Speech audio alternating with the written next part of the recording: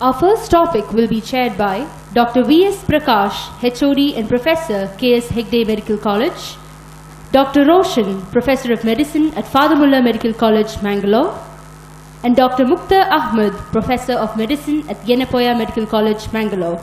I invite the chairpersons to kindly take their seats. Our first topic for the day will be stress test.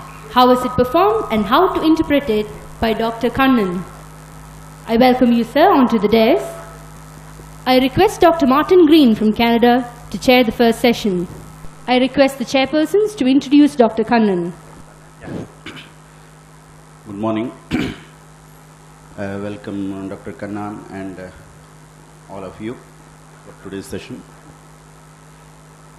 We'll begin today. Dr. Kannan, I have the pleasure of introducing Dr. Kannan.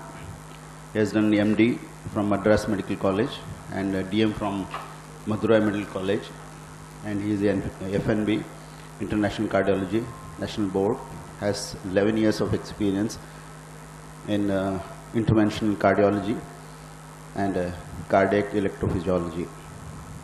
I had undergone fellowship in Shanghai Chest Hospital and China for atrial fibrillation ablation.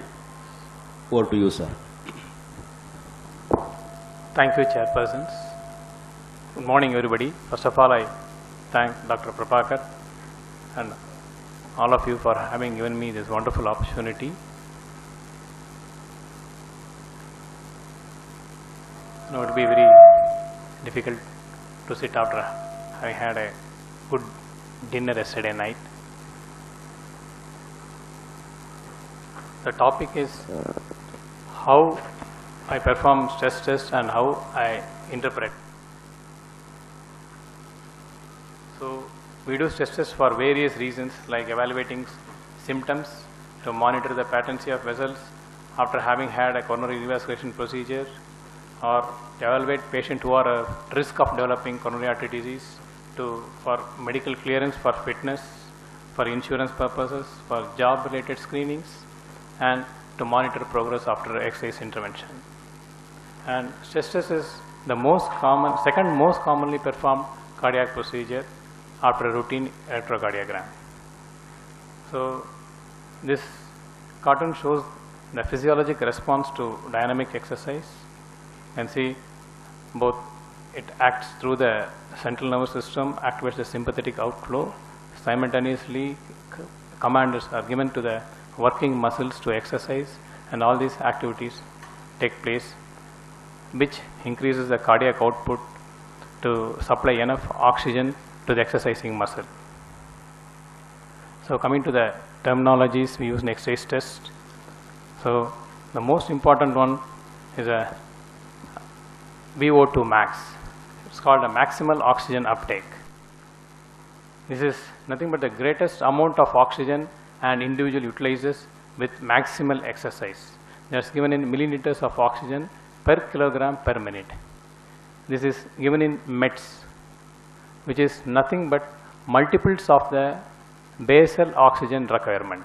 1 MET or 2 METs means 2 times the basal oxygen requirement or 3 times the basal oxygen requirement. I'll come to it later. And this is the gold standard for cardiorespiratory fitness. And ideally, the maximal oxygen uptake is measured either by the Fick's equation, which is nothing but the maximum cardiac output multiplied by the arteriovenous oxygen difference, or this can be the maximum oxygen consumption can also be measured during exercising by connecting the patient to a face mask to a non-rebreathing valve, where we have to measure the minute ventilation and also the fractional oxygen concentration of the inspired and expired air. So the maximum oxygen consumption is given by the minute ventilation into the difference between the fractional concentration of oxygen in the inspired and expired air. So since it's not practical to measure the oxygen consumption through these routes, we have adopted a more practical way, that is the stress test, where we estimate the exercise oxygen consumption as multiples of the basic oxygen baseline oxygen consumption in the resting state. That is nothing but 1 met. This 1 metabolic equivalent is equivalent to 3.5 milliliters of oxygen per kilogram of body weight per minute. That means a human body consumes about on average it consumes about 3.5 milliliters of oxygen per kilogram of body weight per minute in the resting state. So, for convenience, the oxygen consumption is often expressed in multiples of the basal resting requirements. That is multiples of METs. 1 METs is basal, 2 METs is walking at 2 miles per hour, 3 METs is 3 miles per hour, something like that. So, this is the approximate amount of oxygen required to sustain life in the resting state. That is 3.5 ml of oxygen per kg per minute. So, this is the basal is 1, 2 METs is when walking at 2 miles per hour on level, 4 METs is 4 miles per hour on level, just like that. So, if you are unable to exercise more than 5 METs, then the patient has a poor prognosis, especially if the patient is aged lesser than 65 years. If anyone is able to exercise more than 13 METs, the patient has got an excellent prognosis regardless of other exercise responders. That is, even if the treadmill is going to be positive, significantly positive, the patient is going to have an excellent prognosis. He need not be subjected to a invasive therapy unless he is very severely symptomatic. So, how do we measure the myocardial oxygen requirements? This is indirectly measured as a double product. Double product is nothing but the multiple of heart rate into the systolic blood pressure. That is, it is usually greater than 20,000 to 25,000. So, but the accurate oxygen measurement of myocardial oxygen consumption can be done only by the fixed principle in the cath lab. So, coming to the indications and contraindications, we all agree that class 1, class 2, class 3. And there is coming to the class 1 indications, the first one is to assist in the diagnosis of coronary artery disease in adult patients with an intermediate pretest probability of the disease. So, only the pretest probability is going to be intermediate, the stress test is going to be useful. The pretest probability, so if it is the pretest probability is either high or low, then the stress test is not going to be useful. So, this is the main purpose, and to assess the functional capacity and to aid in assessing the prognosis of patients with known coronary artery disease, or we can do a stress test to assess the prognosis and functional capacity soon after an uncomplicated myocardial infarction, or we can also use stress tests to evaluate patients with symptoms consistent with recurrent exercise-induced cardiac arrhythmias. So, all other indications are either class 2 or class 3.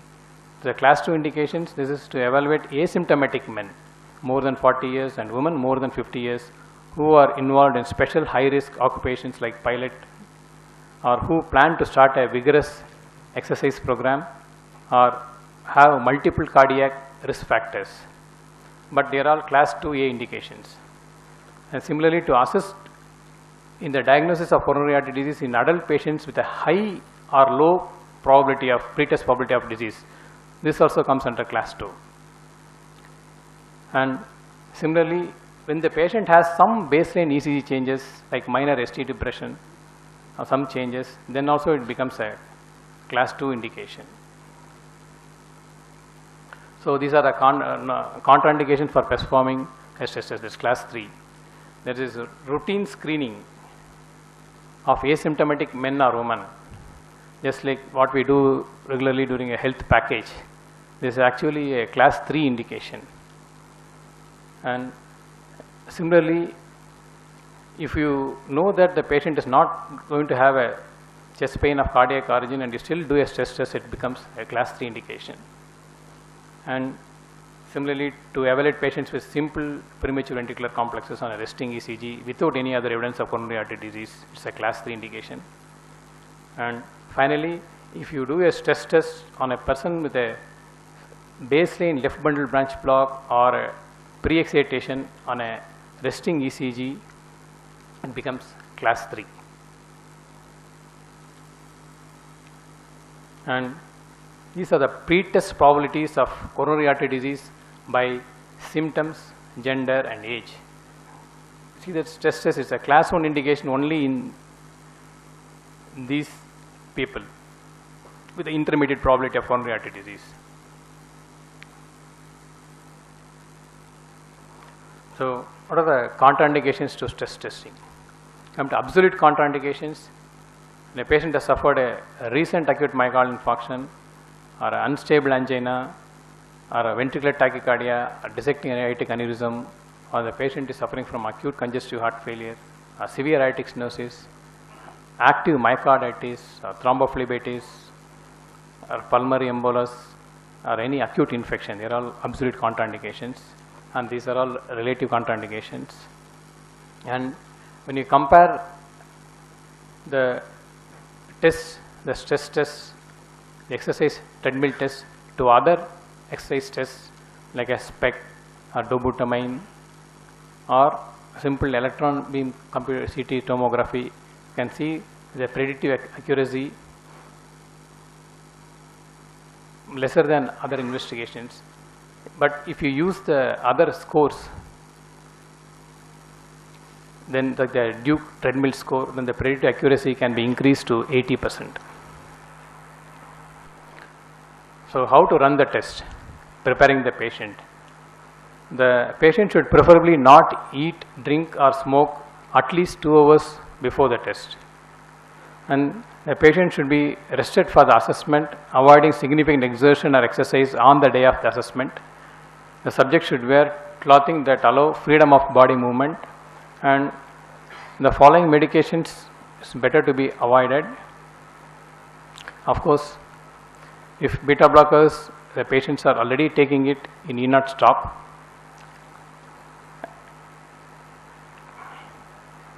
So, there has to be a very good skin preparation, like you have to shave a male chest to avoid artifacts, and electrode placement, you keep the arm electrodes off the chest and on both the shoulders, and the ground electrode, that's the right leg electrode on the back out of the cardiac field, and left leg electrode below the umbilicus, just above the anterior suprailiac spine.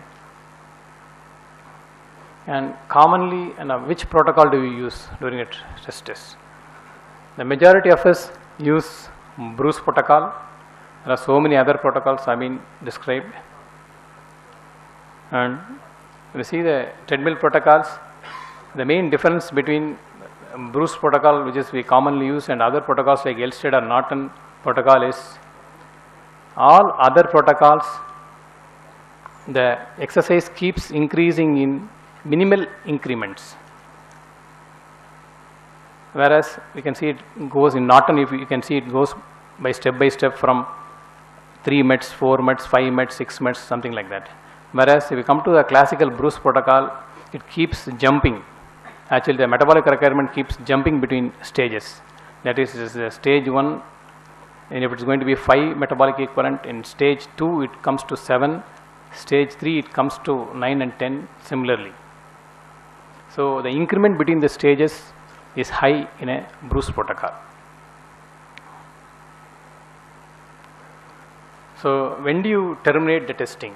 The absolute indications for terminating the testing are whenever you see a drop in blood pressure, systolic blood pressure more than 10 millimeters of mercury from baseline, despite an increase in workload, especially when accompanied by other evidence of ischemia, or the patient has a moderate to severe angina, when there are increasing nervous system symptoms like dizziness, and there are signs of poor perfusion like pallor, cyanosis, and when there are technical difficulties in monitoring ECG or blood pressure, and the most important thing is the subject's desire to stop. If the subject desires to stop, you have to stop the test irrespective of other findings. and the patient develops a sustained ventricular tachycardia, we have to stop. And if there is an ST elevation, this is very important. If it is going to be more than 1 millimeters in leads without diagnostic Q waves, then we have to stop the test. That means the patient has severe transmural ischemia going on, and the patient can go into malignant ventricular arrhythmias at any point of time. So we have to stop it immediately. And the relative indications for terminating exercise testing, the same drop in blood pressure despite an increase in workload, but in the absence of other evidence of ischemia. So if there are evidence of ischemia like chest pain or ECG changes, then it comes an absolute indication. Whereas if there are no other evidence of ischemia and just a drop in the blood pressure, then it is a relative indication. And ST or QRS changes such as excessive depression, it also comes in relative indication. And if you have other arrhythmias other than SVT, other than sustained ventricular tachycardia, then it is a relative indication, and all these things are. And if you have a hypertensive blood pressure response, you have to stop the test. And more than the heart rate, see, generally we exercise the patient up to a maximum of the target heart rate of which is given by 220 minus the age. But more important than that is the subject's symptom, which is more important.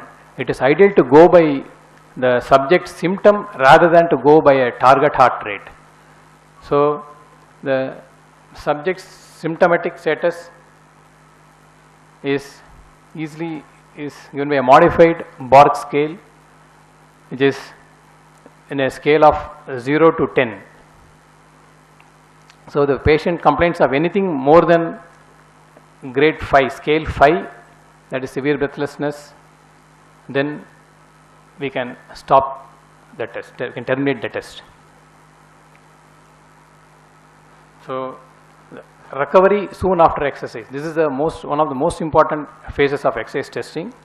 That is, you have to continue recording 10 seconds of ECG while the subject is standing motionless when the heart rate is still maximum, and then make the patient lie supine when there is maximal wall stress on the heart, which brings about the ECG changes.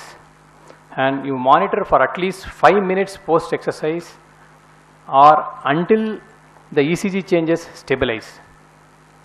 Especially the recovery period, the third minute of recovery period is critical for ST analysis. And don't do a cool down walk. That is, you stop the test and just 10 seconds record the ECG while in a standing position, immediately make the patient lie down. And the cooling down walk phase is recommended only for non-diagnostic testing. For example, in athletes, or to assess the functional capacity in congestive heart failure, or valvular heart disease, or recent myocardial infarction. And how to interpret a test, so the ECG measurements. So you measure the J point and measure the ST depression from the baseline, that is the PQ interval. So you have to determine the PQ junction, J point, and the ST segment at the 80th millisecond, and also estimate the slope. This 80th millisecond is, so when the heart rate is less than 130, you keep 80th millisecond generally. If the heart rate is more than 130, you keep it as ST at 60 milliseconds. You measure the ST at that interval. And the ST depression can be either upsloping or horizontal or downsloping ST depression. So when do you call a positive stress test, or when do you call a suggestive stress test? So a stress test will be positive for ischemia when the ST depression is horizontal or downsloping by more than 1 millimeter at the 60th millisecond, or if the ST depression is upsloping when it is still depressed by more than 1.5 millimeter at the 80th millisecond, it is a positive for inducible ischemia. Similarly, when you have a ST elevation, which is just more than 1 millimeter at 60th millisecond, then you call it as positive. And the ECG changes suggestive of ischemia are there is a horizontal or downsloping ST depression, which is about 0.5 to 1 millimeter at 60th millisecond, then called suggestive. Similarly, if we have a upsloping ST depression of 0.7 to 1.5 millimeter at 80th millisecond, it is suggestive. Similarly, ST elevation of 0.5 to 1 millimeter at 60th millisecond is suggestive. And when do you call a negative stress test and when do you call as an inconclusive stress test? When these above criteria are not met, and the patient exercised to at least 85% of maximum predicted heart rate, then you call as negative stress test. Whereas if the patient did not reach that 85% maximum predicted heart rate and there are no evidence of ischemia like any ECG changes or any symptoms or any chest pain, then also you call it as inconclusive. So exception is the patient is on beta blocker, we have to slightly modify the thresholds. We can make the ST depression 0.5, we can take the ST depression 0.5 as significant rather than 1 millimeters. So here if you see this thing, this ECG, the ST segments are depressed approximately 1 millimeter 80 milliseconds after the J point. The ST segment slope in leads V4 and V6 is 3 millivolt per second. This should not be considered as abnormal response. So